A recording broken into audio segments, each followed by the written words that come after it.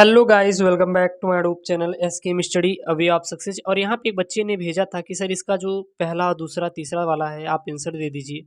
गद्यांश पद्यांश वो सब सॉल्व कर लेते हैं, लेकिन जो फर्स्ट और सेकंड वाले जो प्रश्न आए थे वो सर कैसे होंगे। तो ये आपका सेट है, कौन सा है ये 801 ए सेट है 2022 जो हिंदी का पेपर हुआ है। पूर्णांक 70 था और 3 घंटे 15 मिनट का समय था और आप लोग अच्छे से किए होंगे। जो अगर आपको जिस पेपर का सोल्यूशन चाहिए सबसे पहले कमेंट कीजिए, फिर एसके मिश्री टेलीग्राम चैनल पे जाके ज्वाइन कीजिए, link in the description box, और वहाँ पे जाके अपना पेपर को शेयर कर दीजिए। यहाँ पे सबसे पहला प्रश्न था, क्या है, निम्नलिखित कथनों में से कोई एक कथन सही है, उसे पहचान कर लिखिए। हिंदी साहित्य का इतिहास रामचंद्र शुक्ल का निबंध है, आत्मदाह चतुर्सेन शास्त्री की कहानी संग्रह है, या फिर झूठा सच यशपाल द्वारा लिखित प्रसिद्ध नाटक है, या फिर आकाशदीप जयशंकर प्रसाद का प्रमुख कहानी है। तो इसमें जो सही ऑप्शन था वो तो झूठा सच यशपाल द्वारा लिखित प्रसिद्ध नाटक है, यही है।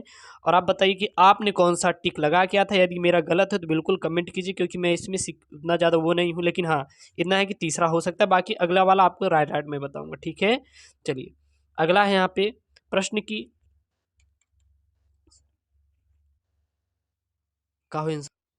अगला यहाँ पे प्रश्न है, दूसरा है, क्या है, निम्नलिखित कृतियों में से एक कृति के रचनाकार का नाम लिखिए। जैसे रस मीमांसा था, त्याग पत्र था, कल्पता था, क्या भूलूं क्या याद करूं।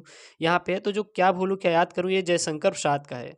क्या भूलूं क्या याद करूं किसकी रचना है, तो याद रखना जयशंकर प्रसाद का है।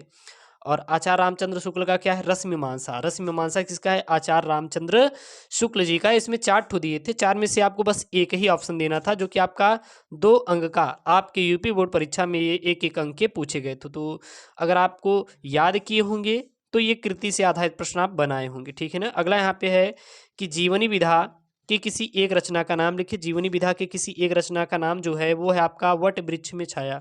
वट वृक्ष में छाया क्या है, जीवनी विधा के किसी एक रचना का नाम है, क्या है, वट वृक्ष में छाया है।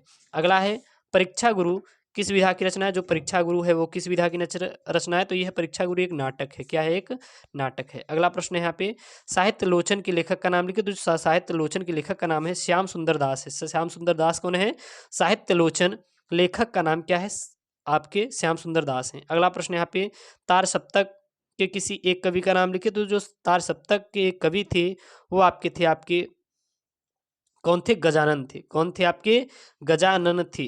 क्लियर है यहाँ तक।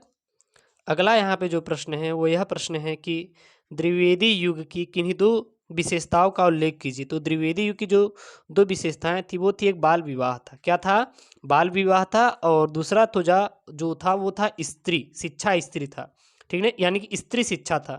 तो द्विवेदी युग की 2 विशेषताएं याद रखिए, बाल विवाह, स्त्री शिक्षा, दहेज प्रथा, अंधविश्वास, विधवा विवाह और अनमोल विवाह।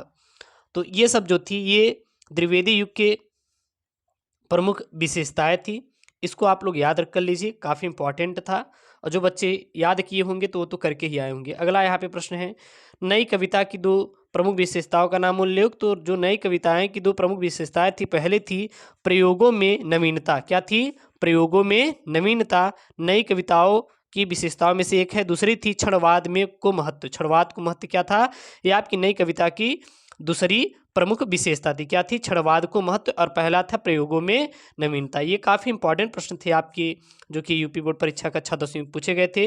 फिर देखो मेन क्या होता है आपका, इसी का सोल्यूशन चाहिए, और बाकी तो ये सब कर लेते हैं। पद्यांश पर आधारित गद्यांश पर आधारित प्रश्न देख सकते हैं, आपका 6 अंक का आया था। कुसंग का जो भयानक होता है, यहाँ से लेके कहाँ तक था, यहाँ पे उठती जाएगी। तो ये तो आप देखेंगे सारे सेटों में लगभग समान दिया गया था, लेकिन बस यही सेट वाइज बदले गए थे, यही सेट वाइज क्या गए थे, प्रश्न बदले गए थे। बाकी सारे प्रश्न क्या थे, समान थे। और हाँ, यूपी बोर्ड की तैयारी बेहतरीन कराई जा रही है एसके स्टडी में। प्लीज़ चैनल को सब्सक्राइब कर